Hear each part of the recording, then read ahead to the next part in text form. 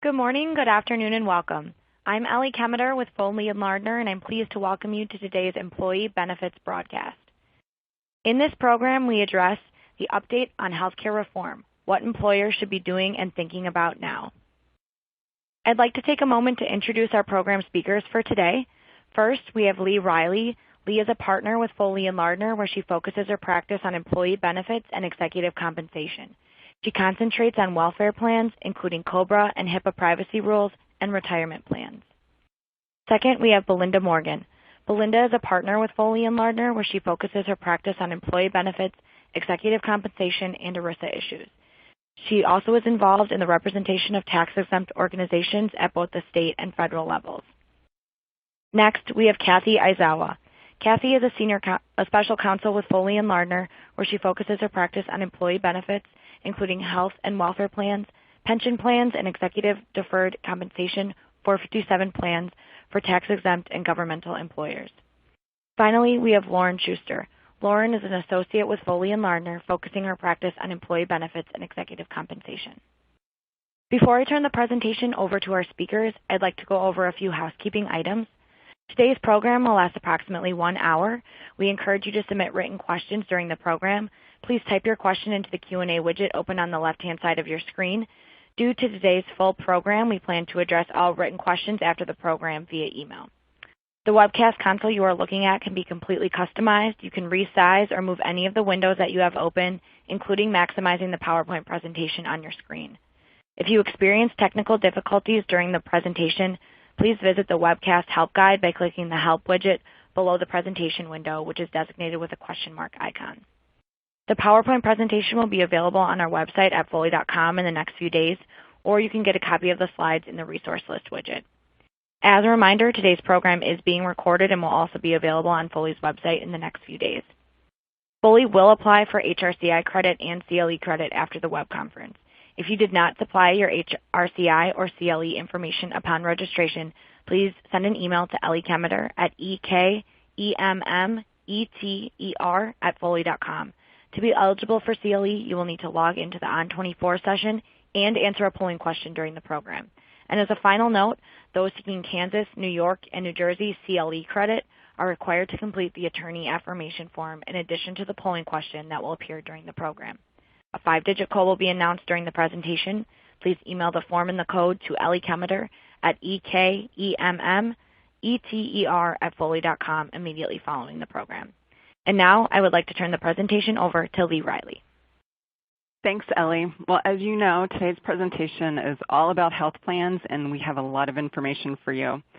First, I'll start talking about the employer shared responsibility rules and remind you about what's changing for next year. Then Kathy will discuss the new health plan reporting obligations that are coming up early next year.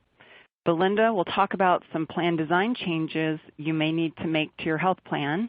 And then Lauren will round out our presentation by discussing the Cadillac tax that will be coming up in 2018.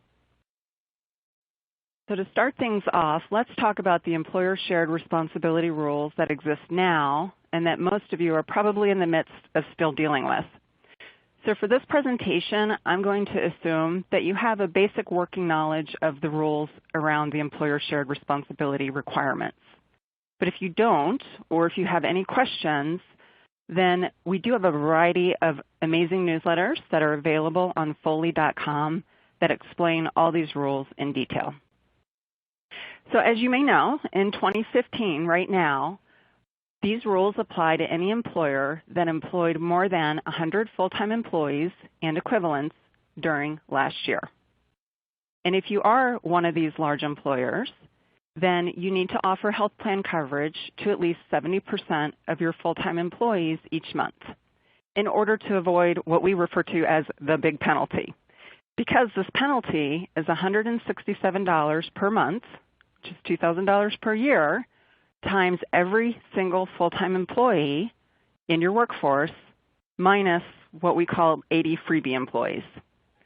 And this penalty will apply if you just have one single full-time employee that obtains subsidized coverage on the marketplace. In addition to that penalty, there's a second penalty that we refer to as the per person penalty. And this one says, With respect to any full-time employee that either you don't offer health plan coverage to, or that you are offering coverage, but it's not minimum value or it's considered unaffordable, then you would be subject to a $250 per month penalty, which is $3,000 per year, for that particular full-time employee who buys subsidized coverage on the marketplace. So it's only a penalty for that one individual. So what's changing for 2016? Well, one of the big changes is the size of the employer that's subject to the rule. In 2016, an employer will be subject to these rules if it employed only 50 full-time employees and equivalents during 2015 instead of 100. Remember that the controlled group rules apply for this purpose. And so if you are connected through 80% ownership, or if you're something called an affiliated service group, you're treated as one employer. So this means that if two affiliated companies each employ 30 full-time employees, they are deemed to be one employer with 60 employees and would become subject to the rules in 2016.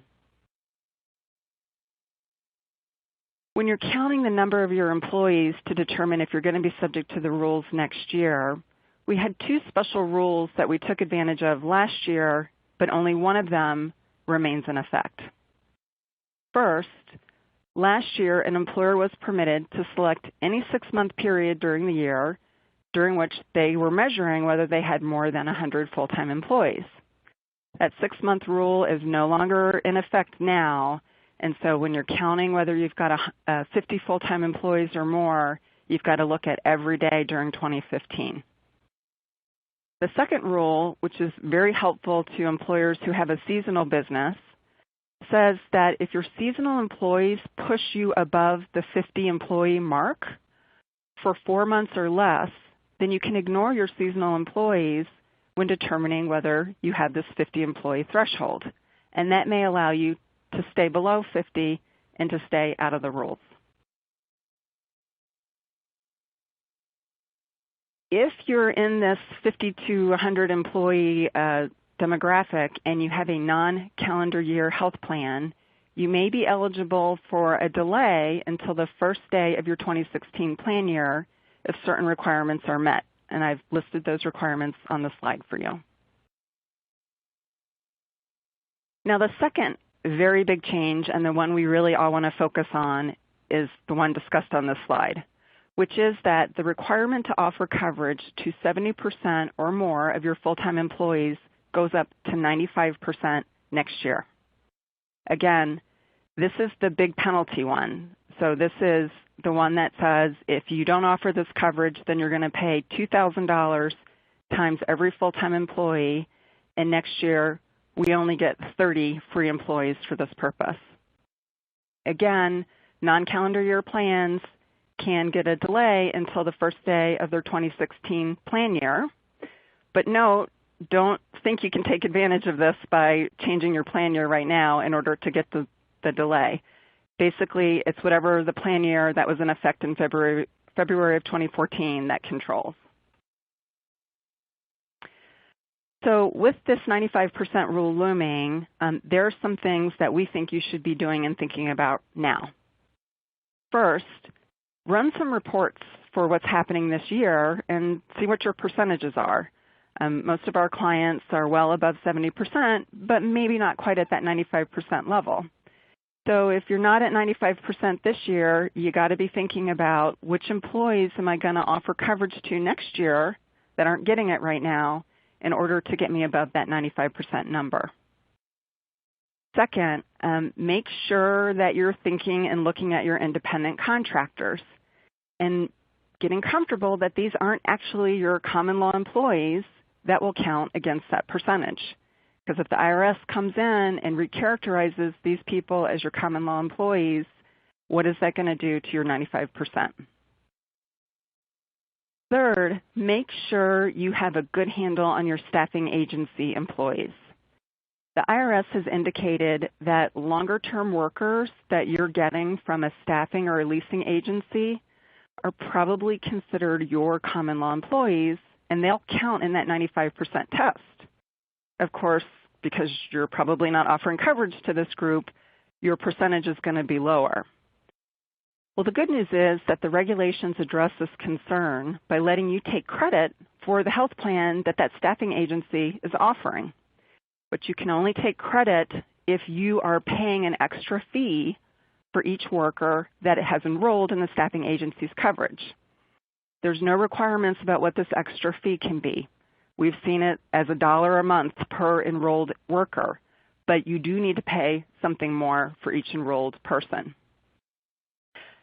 This is an especially important issue for large companies that maybe have locations spread all across the United States, because we're finding that many of our benefit managers at our clients aren't even aware of all of the employee leasing arrangements that exist because they tend to be localized.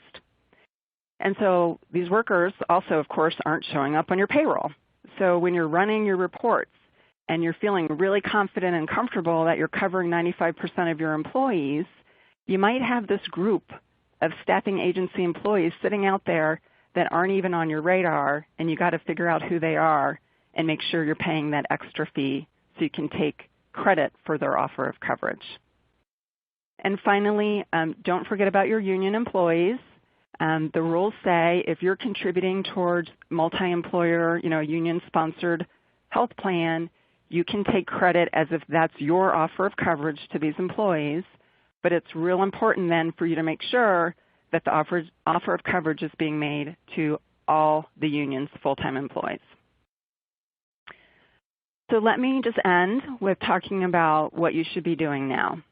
In addition to what I just talked about as far as planning for 2016, if you haven't finalized what you're doing for 2015, go ahead and get those finalized. If you're not done thinking about everything or changing everything yet, you're not alone. We still have plenty of clients that are calling and discussing these issues with us even now. Second, make sure that you're updating your summary plan descriptions or issuing summary of material modifications if you've changed any of your eligibility rules to be compliant in 2015. So far, we haven't had a lot of people ask us to do that, so I'm guessing it's just a little fatigue and nobody wants to deal with it, but we do have to issue those soon. And so with that, I'm going to turn it over to Kathy, who is going to discuss the new and fairly complex reporting requirements for health plans. Kathy? Thank you very much, Lee. I'll admit that I think that this material is pretty tough stuff, so hopefully we'll get through this together. As Lee has mentioned, these are the shared responsibility requirements, and there's also two forms of these shared responsibility mandates. The first type, which is applicable to employers, which Lee has been discussing. And again, it applies to any applicable large employer or an ALE. And again, they can be subject to a penalty if an ALE fails to offer minimum essential coverage to at least 95% of their full-time employees, which will be 70% for purposes of 215 only, and all of their dependents, or they offer an unaffordable medical plan or a plan that doesn't offer minimum value. Now that penalty, again, it applies only if the employer has one full-time employee who buys subsidized coverage from the exchange. Now the second level of shared responsibility is on the individual taxpayer, and that mandate requires that the taxpayer could possibly be liable for a penalty for any months in which he, his spouse, or his dependents do not have adequate coverage. So again, as a quick review, who is an ALE? It's going to be an employer that during the prior calendar year employed at least 50 full-time employees or full-time equivalent employees. And again, as Lee mentioned, the controlled group rules apply, so you need to be very mindful of that. So exactly what is the purpose of all this reporting? Well, for purposes of the ALE reporting, there's actually three different reasons. It's first of all for the IRS to determine whether or not the employer is going to be subject to shared responsibility penalties. And then two, to determine whether employees are actually going to be eligible for the premium tax credit to help them buy coverage from the exchange. And then lastly is to help employees understand if they are actually eligible for any premium tax credits. The individual reporting its purpose is just for the IRS to determine what individual taxpayers are going to be subject to a penalty because they failed to get adequate health coverage during the year. So these reportings are actually, it's twofold. It's going to be to the IRS and also to employees. So there are 4 forms that have been created for this purpose, and I think that unfortunately these forms are not very intuitive or their numbering is not helpful. But for purposes of the individual mandate, the individual returns that are given to employees are the 1095-B forms. And how you transmit those individual returns to the IRS is with a 1094-B form. For purposes of the ALE mandate, the individual returns to employees is the form 1095-C. And to transmit all of those individual returns to the service, you use the form 1094-C. So what exactly are the reporting deadlines? Well, unfortunately, fiscal year plans do not get a break. They are subject to the same deadlines that apply to calendar year plans. And the reason why this is because taxpayers pay their taxes on a calendar year basis. So all of the forms that are due to the IRS, the deadlines are the February 28th following the end of the calendar year if you file by paper. But if you file electronically, then that deadline is extended to March 31st.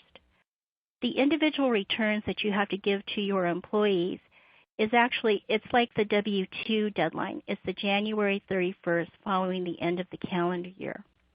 Also, like many other tax filing deadlines, if the deadline actually happens to fall on a federal holiday or a weekend, then the deadline is postponed to the next business day. And that's actually going to happen for purposes of the 2015 returns that are being filed in the first quarter of next year.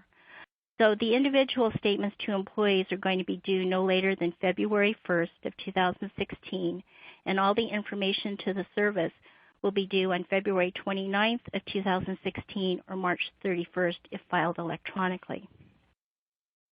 So the regulations allow employers to actually contract with a third party to facilitate in this reporting. But I just want to point out a couple of things. If you do delegate this responsibility, the contract has to be in writing. And unfortunately for private sector employers, the liability for this reporting remains with the employer. So even if you contract with a TPA to help you fill out these forms and they do that, if they make a mistake, the IRS will look to the employer for any penalties. Now, an exception to this general rule is for government employers.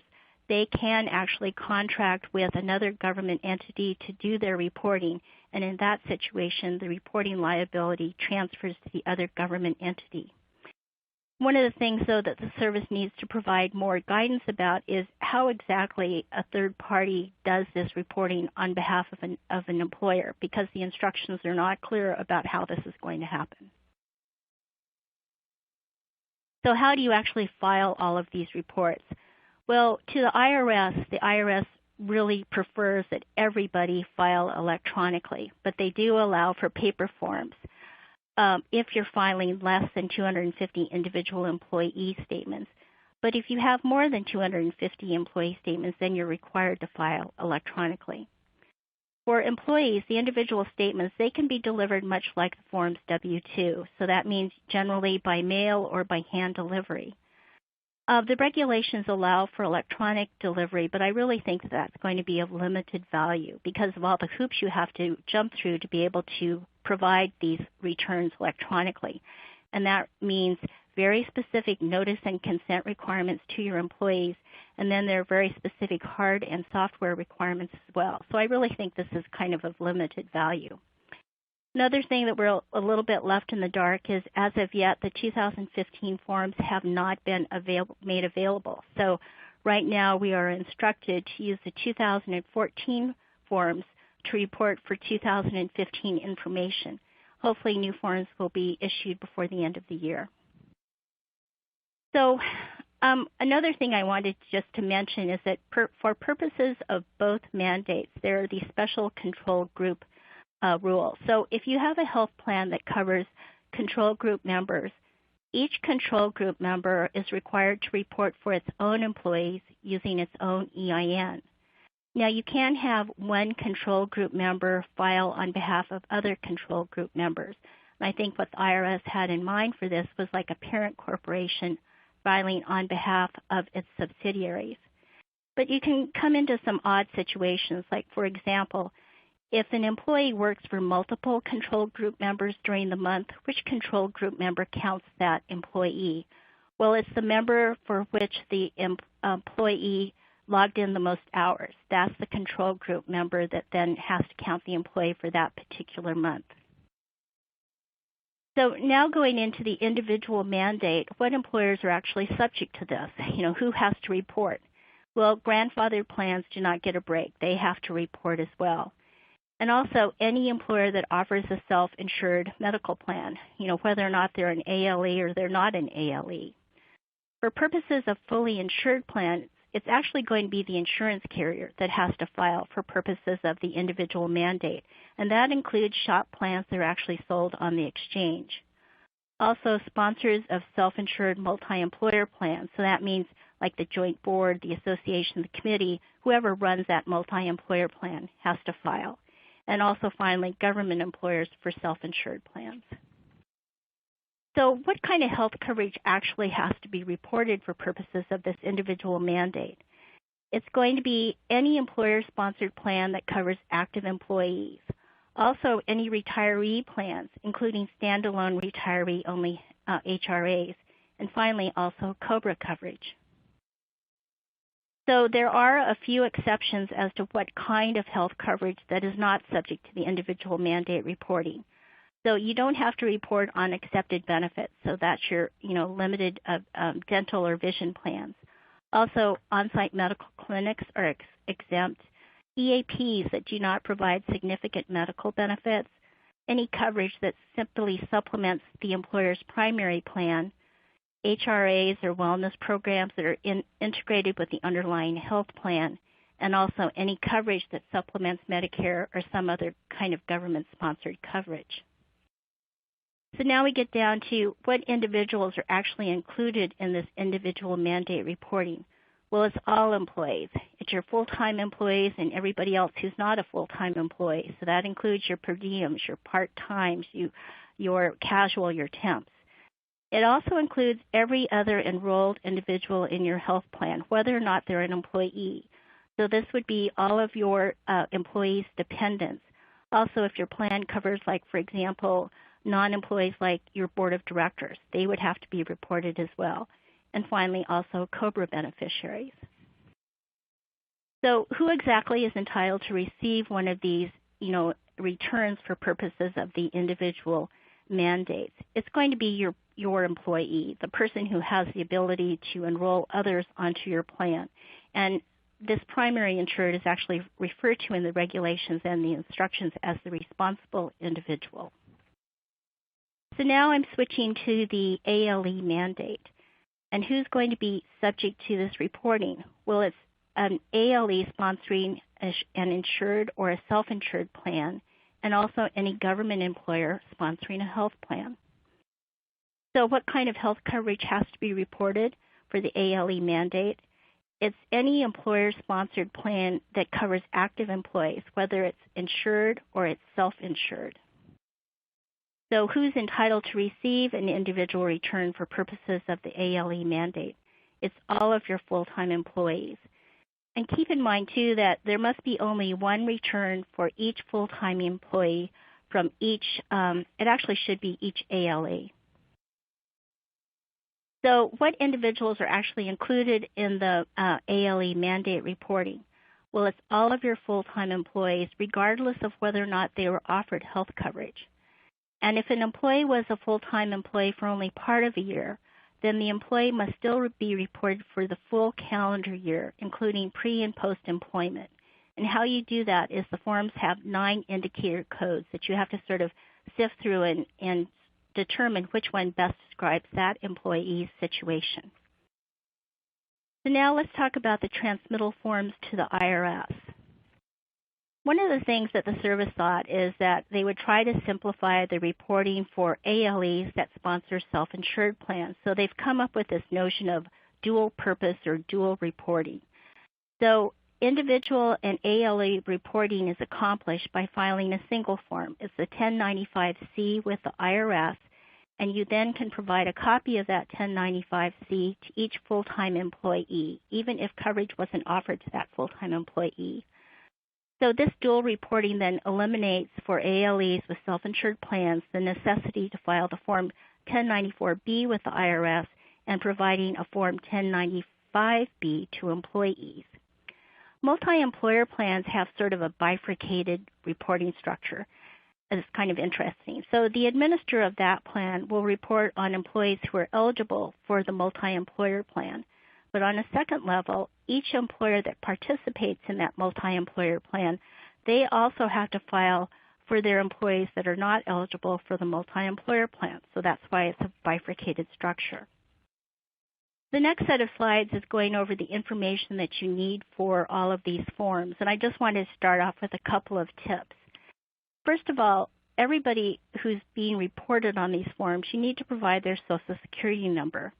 But for security purposes, on the individual returns that are given to employees, you can truncate their Social Security number to the last 4 digits. But when filing with the IRS, the entire Social Security number has to be provided.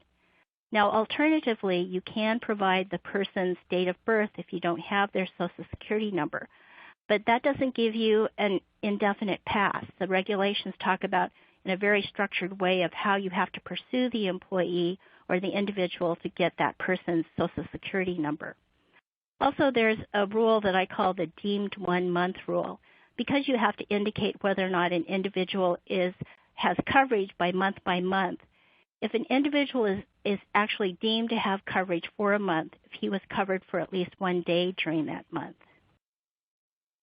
So again, on the 1095-C, this would be for ALEs with self-insured plans. You're going to have to certify month by month whether or not the employer offered its full-time employees and their dependents the opportunity to enroll in their health plan. Other things that you'll have to be gathering is each full-time employee's share of the lowest cost monthly premium for self-only coverage, providing minimum value offered to that full-time employee by calendar month.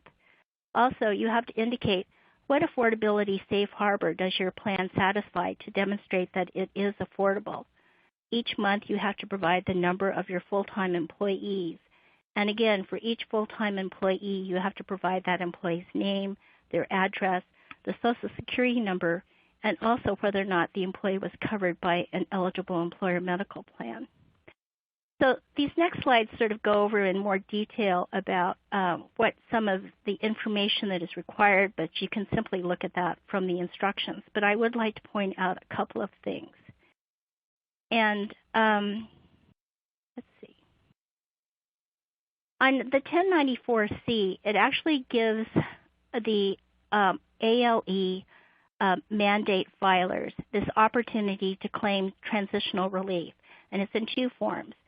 So there's no penalties that are going to be leveled for 2015 information against medium-sized ALEs, and that's an employer that has between 50 and 99 full-time employees or full-time employee equivalents.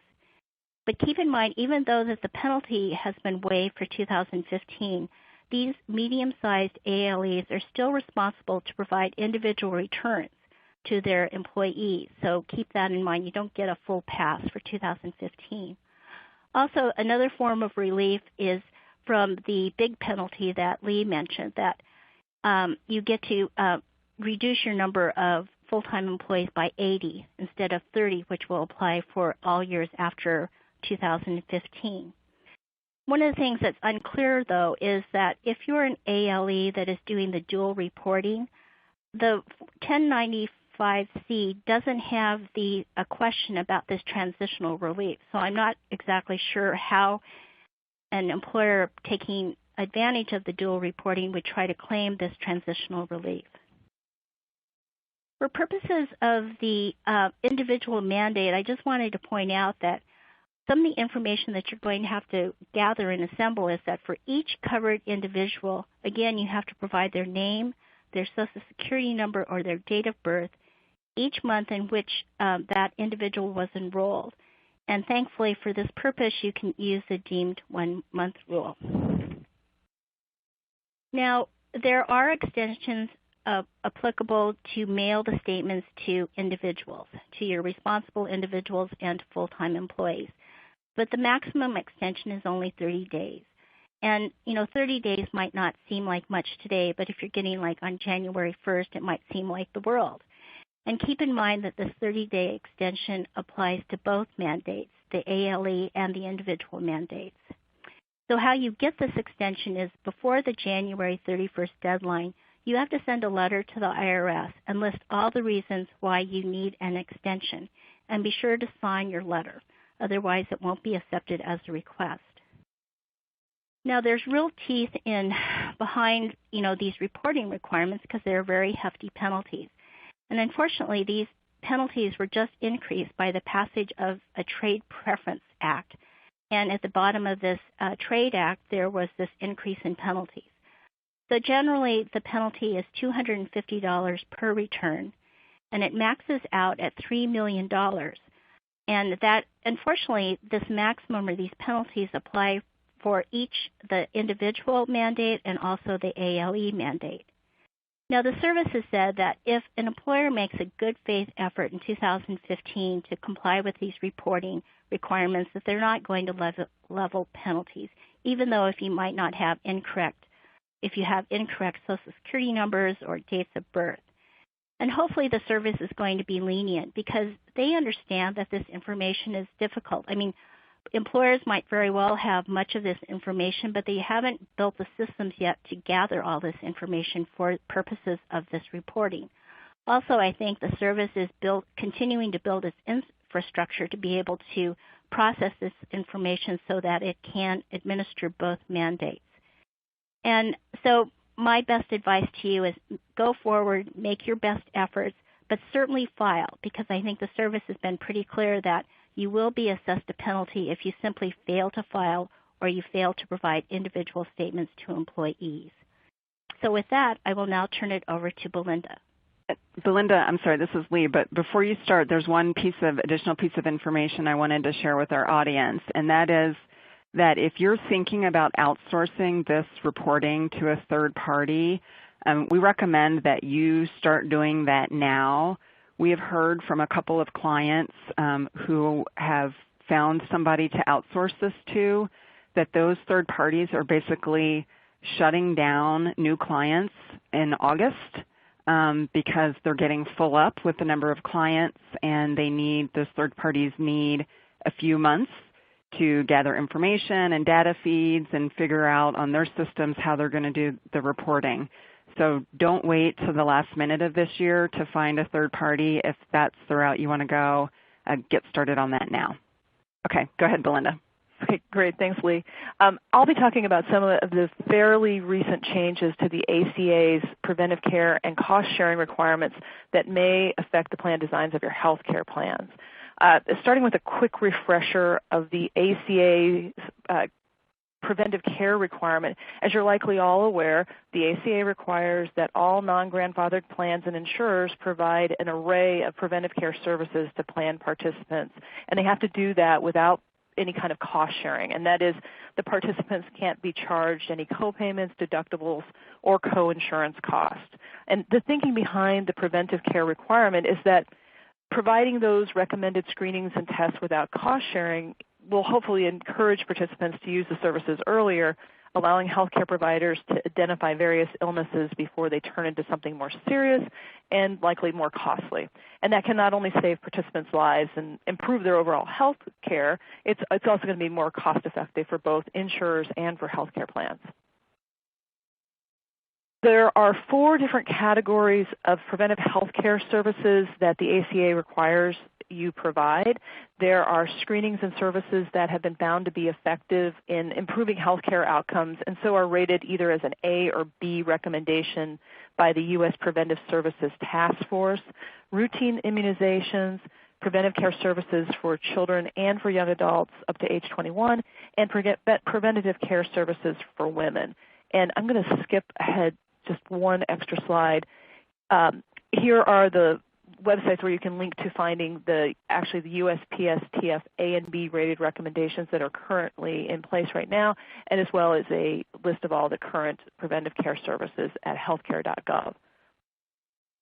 Going back, even though the scope of the ACA's preventive care mandate is fairly broad and there are a lot of different screenings and testing that needs to be done, there are certain limits on the provision of preventive care services.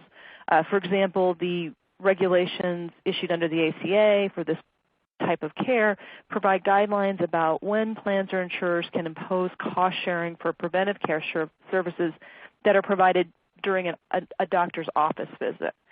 They also permit plans and insurers to impose reasonable medical management techniques to determine the frequency, method, treatment, or setting of a recommended preventive care service, so long as those requirements aren't already set forth in the guidelines or recommendations from the USPSTF, which is a mouthful to say. The preventive care recommendations can change from time to time, and just as new tests and screenings become more standardized, other services are dropped, et cetera. When required preventive care services are added, plans and insurers must provide them at zero cost sharing, starting with the first plan year that begins 1 year from the date the new recommendation was issued.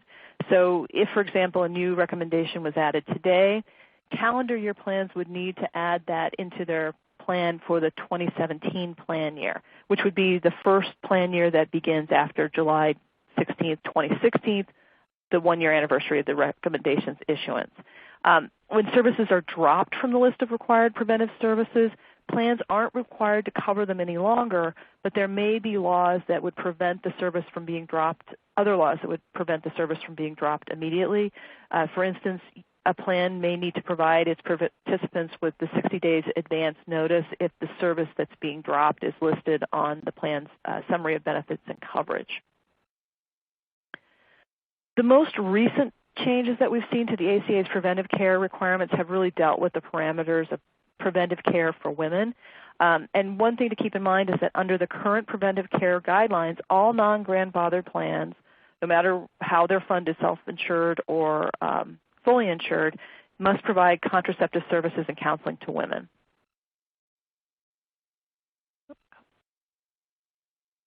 And the FAQs were issued by the Department of Labor and the other implementing agencies, the IRS, the Department of Health and Human Services, in May of this year, which addressed several issues involving women's health care, such as required genetic testing and women preventive care for dependents that may require it. Under this new guidance, there's also a requirement that non-grandfathered plans and insurers must offer women at least one form of contraceptive with respect to each of a number of different contraceptive methods that are identified by the FDA.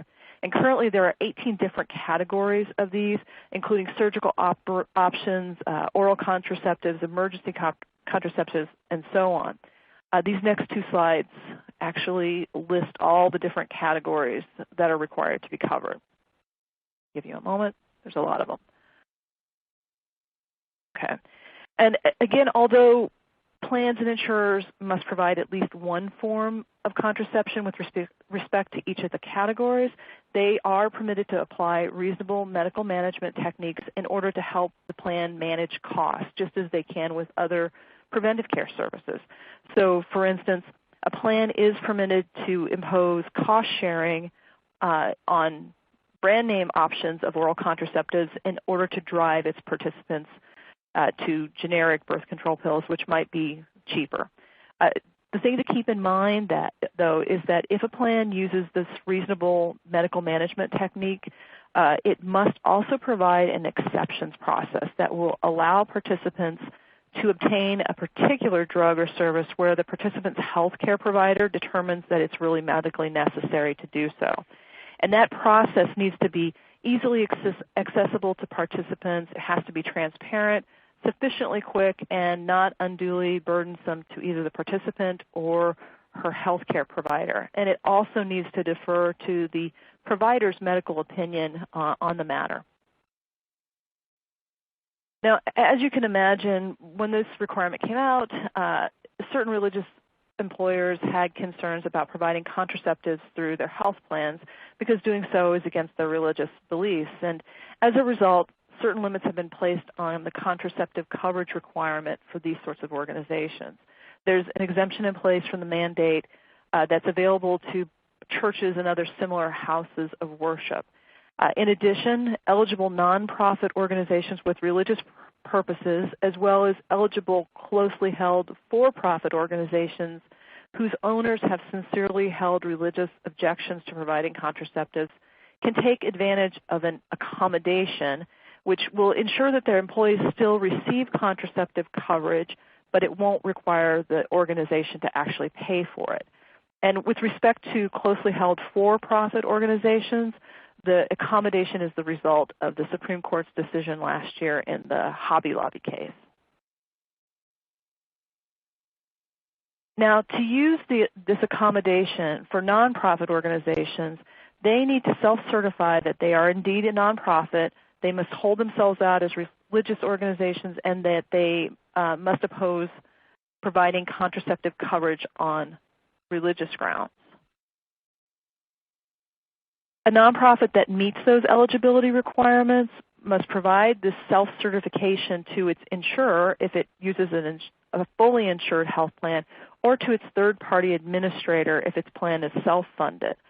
The insurer or the TPA, as the case may be, will then either provide separate payments for contraceptive services to be made to women who participate in the nonprofit's health plan, or it will arrange for the payments to be made. The contraceptive coverage is, again, provided at no cost to either the organization or to the women in the organization's health plan. And these slides just show the process for plans that have a fully insured plan and the next one for self-funded plans. Under final regulations that were issued just last Friday, so cutting-edge stuff, the accommodation for nonprofits was extended, the process for using that was extended to eligible closely held for-profit organizations. Now, in order to receive this accommodation, an eligible for-profit organization must follow the same procedure that the nonprofits do. It must provide its insurer or its TPA with a certification of its eligibility for the accommodation, and then the insurer or TPA will arrange for contraceptive coverage for women in the organization's plan, and again, at no cost to the women or to the employer. In order for a for-profit organization to be viewed as closely held for purposes of the accommodation, it can't be publicly traded, and it has to be owned by 5 or fewer individuals who hold 50% of the value of the organization. In addition, the board of the organization must take some sort of action that shows that the owners have a sincerely held religious objection to providing the services. Moving on, we'll talk about recent changes to the ACA's limit on out-of-pocket costs that plan participants must pay before the plan begins picking up 100% of the participants' covered health care costs. The ACA, as you know, imposes out-of-pocket limits on all non-grandfathered plans, and that's regardless of the size or type of funding for the plan. And this slide just shows the out-of-pocket limits for self-only coverage and for family coverage for both 2015 and coming into play in 2016.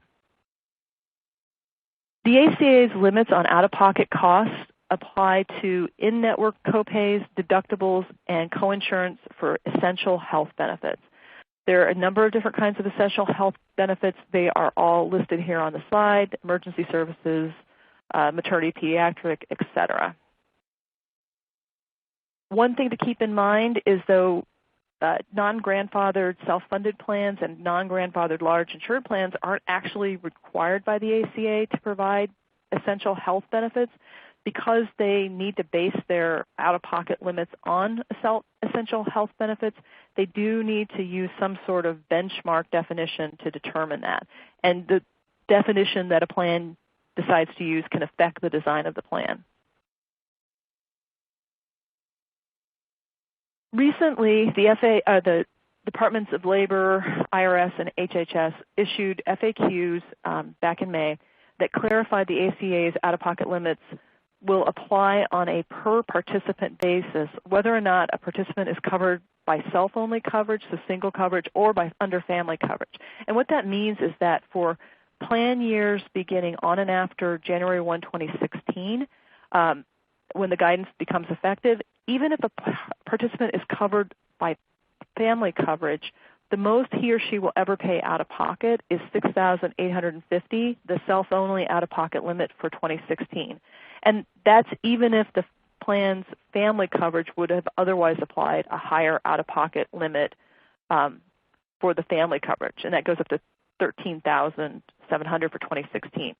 So essentially, what this new guidance does is require all non-grandfathered plans to include an embedded self-only out-of-pocket limit in their family coverage out-of-pocket limit. And that's certainly going to be a design change for plans that use a combined family out-of-pocket limit. That is where they require the entire family plan limit to be met before any sort of plan coverage will kick in for individual family members. If the family hasn't met the out-of-pocket limit, then nobody gets any sort of benefit, regardless of how much an individual may have expended out of pocket. The next two slides show an example of how these requirements would work, and you can read through the specifics of this. One thing to note on this is that the amount that's payable by the plan in the example is the same as it would have been if a combined family out-of-pocket limit was used, and that's because the family's cost eventually exceeded the overall out-of-pocket limit for the family. So in this case, it was a question of more when the plan's obligation would kick in to pay 100% of the cost rather than if it would. In cases where the family as a whole never meets the overall family out-of-pocket requirement, however, the new guidance will require the plan to pay 100% of a particular family's member's cost, even because that family member's out-of-pocket cost exceeded the self-only limit, even though the plan would not have previously been required to pay any cost with respect to that individual. And we're expecting that these changes will have a significant impact on HSA-eligible high-deductible health plans that use a single combined family deductible without this embedded self-only deductible. The way that this will work is that because the Internal Revenue Code requires the high-deductible plans to count a participant's deductible cost towards his or her out-of-pocket limits, that will essentially mean that the high-deductible health plan, in determining its out-of-pocket costs for 2016 and also its deductible limits, must take into account these single-only out-of-pocket limits and either limit the family coverage deductible to the single-only limit, or if they want to apply a higher family coverage deductible, it would need to make sure that it's including this embedded concept. And certainly that's going to be difficult for some plans to do. Because the new out-of-pocket limits could affect a plan's overall design, certainly plan sponsors are worried about complying with the requirement for 2016, especially since they've likely begun putting their plan designs into place for that year and have already started to prepare needed plan communications. So in terms of what to do now, there have been requests that the Obama administration withdraw this new out-of-pocket guidance, but until that happens, probably the best steps plan sponsors can be taking right now is talking to their TPAs and their insurers to make sure their current plan designs either are compatible with the new guidance or that they're getting changed so that they can be compatible, and ensuring that the TPAs and insurers are able to administer this new embedded self-only out-of-pocket and deductible limits as are required by the new guidance. And now I'm going to hand this over to Lauren Schuster, who's going to talk about our, it looks like, are we doing the question now, Ellie? Yeah, so I'll actually take it from here, Belinda, so Okay, thank sorry. you. At this time, I'm going to read the CLE code for this program. So if you are in need of CLE credit today, please enter this 5-digit code into the poll question on the screen after it's announced and press the submit button. The code is JCUFB. Again, that's the letter J as in John, the letter C as in Charles, the letter U as in Union, the letter F as in Frank, and the letter B as in boy. JCUFB. B. Again, if you are seeking CLE credit for the session, please complete the polling question by entering the code that was just announced. The polling question will remain open briefly. And just as an additional note, for those seeking Kansas, New York, and New Jersey CLE credit, in addition to the polling question, you will need to complete the attorney affirmation form and return it immediately following the program. A copy of the form can be found in the resource list widget. So at this time, the poll is now closed, and I would like to turn the program over to Lauren Schuster. Thanks, Ellie. Hello, everyone. I'm happy to join you today to discuss, last but not least, the excise tax on high-cost employer-sponsored health coverage, commonly known as the Cadillac tax. In the next 8 minutes, I plan to go over a bit of background about the Cadillac tax, what we know now about how it might be calculated, and based on what may be included in the calculation, a few strategies for avoiding the tax and the legal risks associated with the strategies. Let's start with why. The Cadillac tax was designed to raise revenue, to help pay for other healthcare reforms, and to control healthcare costs by putting downward pressure on what the government has identified as excessive healthcare spending. The Cadillac tax will be an annual 40% non-deductible tax on the cost of health coverage above 2 thresholds. In general, the higher the threshold used for calculating the tax, the lower the tax risk. For most plans, the first threshold applies to employee-only coverage, and for 2018 is $10,200. So, for example, if an employer offers an employee-only health benefit package with a total cost of $12,200, the employer would be required to calculate and pay a tax on 40% of $2,000, the amount above the threshold, for a total tax of $800 per employee covered under that employer's health benefit package. The second threshold applies to family coverage, meaning coverage for employee plus spouse, employee plus dependents, or employee plus dependents and spouse. Those groups aren't separated for purposes of calculating the tax and are all treated as family coverage. The threshold for family coverage is $27,500 for 2018. An important exception to these 2 tiers of thresholds applies to multi-employer plans, which applies the $27,500 threshold for both family and employee-only coverage. This is a big win for unions. As well, these thresholds are subject to certain adjustments. For example, higher thresholds apply to retirees and individuals in certain high-risk professions to reflect their generally higher cost of coverage. As well, an age and gender adjustment may increase the thresholds for an employer if the age and gender characteristics of all of its workers would cause the cost of coverage to be higher than the national average. So this adjustment could apply to employers with older or a much higher percentage of female employees. Finally, to account for rising healthcare costs, and because the 2018 thresholds were established back in 2010, an adjustment percentage was included in the law to increase the 2018 threshold if the cost of U.S. healthcare between 2010 and 2018 increases by more than 55%. According to the available data from the benchmark plan, the cost has increased, but only by around 23% from 2010 to 2015. The annual increases from 2012 to 2015 have remained below 4%, and if that trend continues, the dollar thresholds won't be adjusted upward when we get to 2018. So who is responsible for calculating and paying the Cadillac tax? For fully insured group health plans, employers will be responsible for calculating the tax, but insurers will pay the tax. For self-insured health plans and health savings accounts, employers calculate and pay the tax. For other types of included health benefits, the employer calculates and the plan administrator, who is frequently the employer, pays the tax. In the likely case the employee receives more than one type of health benefit, the employer will also be responsible for allocating the tax to each benefit provider. That allocation will be done on the basis of how much each benefit costs compared to the cost of the whole benefit package.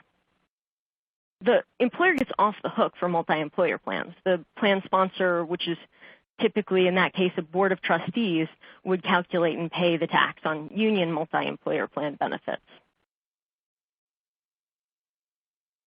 So what's in and what's out? The column on the left shows the types of health benefits currently included, and the column on the right shows the benefits currently excluded from the calculation. The items may change as the IRS releases more information, but at this point, you can refer to this slide. So as I mentioned, the employer is generally responsible for calculating the tax and will need to know how to determine the cost of coverage. The cost of coverage will generally include employee and employer contributions toward the applicable health benefits. Although the IRS has not provided specific guidance for many issues related to determining the cost of coverage, the IRS has stated the cost of coverage will be determined under rules similar to the rules for determining COBRA premiums. The IRS has proposed that the cost should be determined by first grouping employees by benefit packages, such as separate groupings for an HMO versus a PPO option, and a high deductible and then a low deductible option.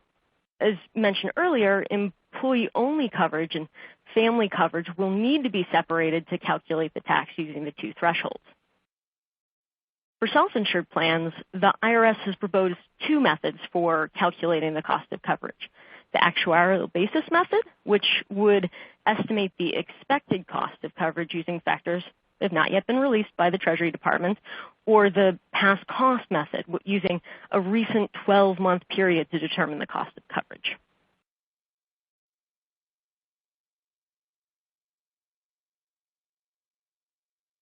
While the Cadillac tax isn't set to debut until 2018, a recent IRS notice was released to initiate and inform the process for developing how the tax will be imposed. Although that notice isn't binding and the IRS doesn't expect to release final regulations all the way until 2017, many employers are taking steps now to position themselves to avoid the tax by trimming health plans and benefits, offering lower cost options, and proactively supporting the health of employees by offering wellness programs and on-site medical clinics. To avoid the Cadillac tax, many employers have started by simply annually trimming plans and benefits, offering a smaller provider network, increasing plan deductibles and other cost-sharing obligations, cutting back on expensive first dollar coverage for anything other than preventive care, and getting rid of plans that will cause a total health benefit package to exceed the two thresholds. As another means to encourage employees to choose a cheaper option, private exchanges are a potential future option for large employers. Private exchanges are designed to operate similar to marketplace exchanges, where individuals can go and pick the coverage that meets their health and financial needs. By giving the employees choice, the expectation is for more employees to buy into less expensive coverage by having the opportunity to choose it for themselves. It is also intended to reduce the administrative burden for the employer contributing to the private exchange. The legal implications, though, of an employer using a private exchange can potentially be complex. So we recommend any employer considering this option to discuss it with their qualified ERISA counsel. Certain employers have started offering wellness programs and on-site medical clinics to help improve the health of employees with the hopes of reducing the overall cost of health coverage. Wellness programs can include health-related presentations, health risk assessments, and rewards or penalties intended to encourage healthy lifestyles. Wellness programs are only included in the Cadillac tax if the program itself is a group health plan. So if, for example, your wellness program offers walking groups and provides free fruit in the cafeteria, it won't be considered a group health plan. If it includes medical services such as physical examinations, cholesterol screenings, flu shots, and other medical testing, it would be considered a group health plan and included in the cost of coverage used to determine the Cadillac tax. Wellness programs also raise a host of legal compliance issues and have recently come under fire from the EEOC for not being voluntary programs, where an employee is eligible for a health plan subject to the completion of a biometric screening or a health risk assessment with disability-related questions. On-site medical clinics help reduce the overall cost of health coverage by making less expensive care more accessible. For example, many services can be provided on-site at a lower cost to the employer and at a discounted or even free to the employee.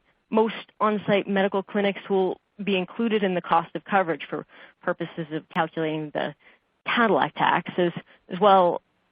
Offering free or discounted services through an on-site medical clinic interferes with offering a high-deductible health plan with integrated health savings accounts because the deductible must be met before receiving the discounted or free care. While offering both benefits will limit what can be offered through an on-site clinic, many services can still be provided. We are out of time, but we are happy to answer your questions. If you have submitted questions, we'll follow up with our responses. If you haven't asked your questions, feel free to reach out to us directly. Our contact information is listed on this slide. Thank you. So this wraps up our web conference today. And just as a reminder, today's program is being recorded and will be available on Foley's website in the next few days. If you have questions regarding HRCI or CLE for this program, please contact Ellie Kemeter at ekemmer@foley.com. At the conclusion of this program, a questionnaire will appear. Please take a minute or two to give us your feedback about the presentation today. It's important for us to know your thoughts and help us shape our programs going forward. Thank you again for your participation.